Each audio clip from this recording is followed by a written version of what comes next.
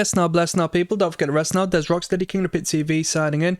We just listened to the album No Code by Pearl Jam. 13 tracks. It is recommended on Patreon by my good friend Gary. So, Gary is the connoisseur of the 90s.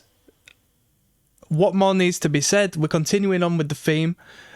I reckon we're going to most definitely have heard all of the best records of the 90s via Gary in due time. One Love, my friend. This was 1996. Also, I read briefly, there was no credits in the description of the video in relation to when it was published and, you know, the songwriting credits, which I like to look through. I do like to see familiar names in the songwriting credits and whatnot and fill a few gaps and give respect to the acts. But Pearl Jam themselves haven't done that in the distribution of this via YouTube, so that's the way it is. Let's start with the production.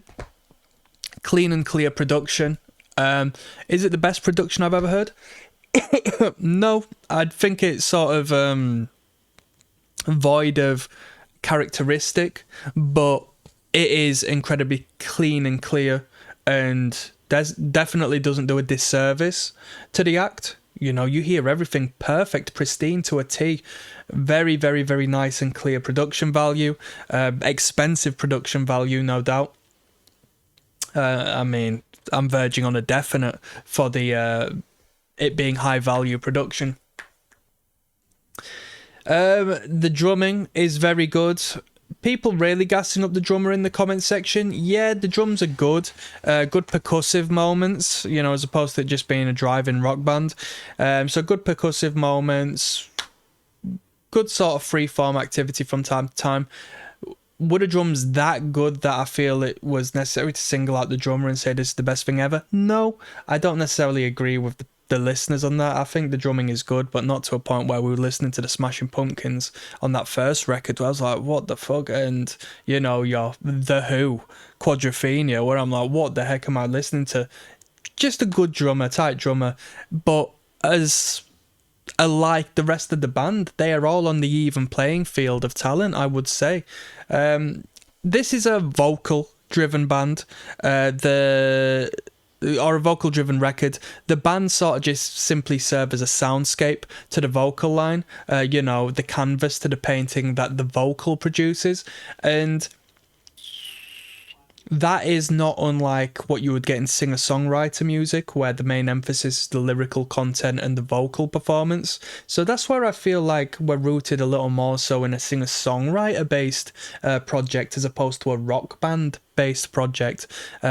When it comes to me, if I'm being picky and I was to categorize things, you know, I mean, if we were to be like autistically like specialized in where we're putting it, yeah, we'd put in like a soft rock, if just not like a general rock categorization. But you know, so much of this is soft and smooth and twinkly on the guitars and clean, that there is near to no rock elements in half of this record, I would say. You know, if I was to talk about rock music, you know what I mean? Rock on, dude.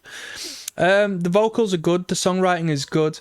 We've got people screaming. It's not my type of songwriting, because I like bubblegum pop basic bitch stuff where they give me a nice chorus, I can sing along to the chorus, and it's all a bit cheap and whimsical and, you know, easy. This is a little bit more mature. You know, the project as a whole is mature. It's very adult, and I say that with the utmost respect.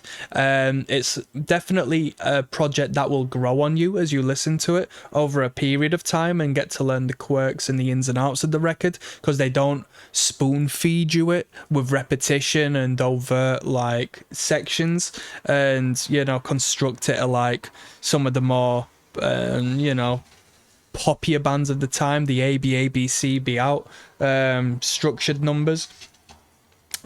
My favourite songs on the record are the ones, numerically speaking, that others don't necessarily agree with as much.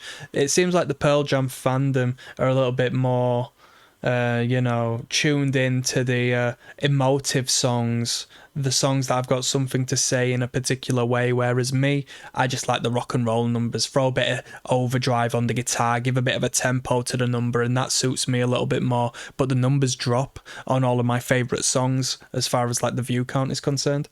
If I'm to rate this record, I'll give it a 6.5 out of 10. I'll give it a 6.5. It doesn't tickle my pickle as much as, you know, some of the more well-known Pearl Jam numbers and records, but I gotta put some respect for how the mature element of this is. I'm sure this speaks to somebody.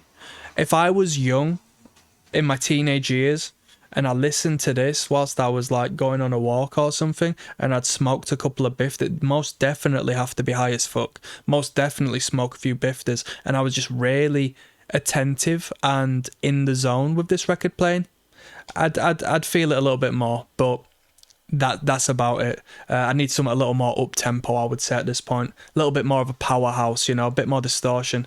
Anyway, that's me signing out on that one. Peace, one love, people. Goodbye.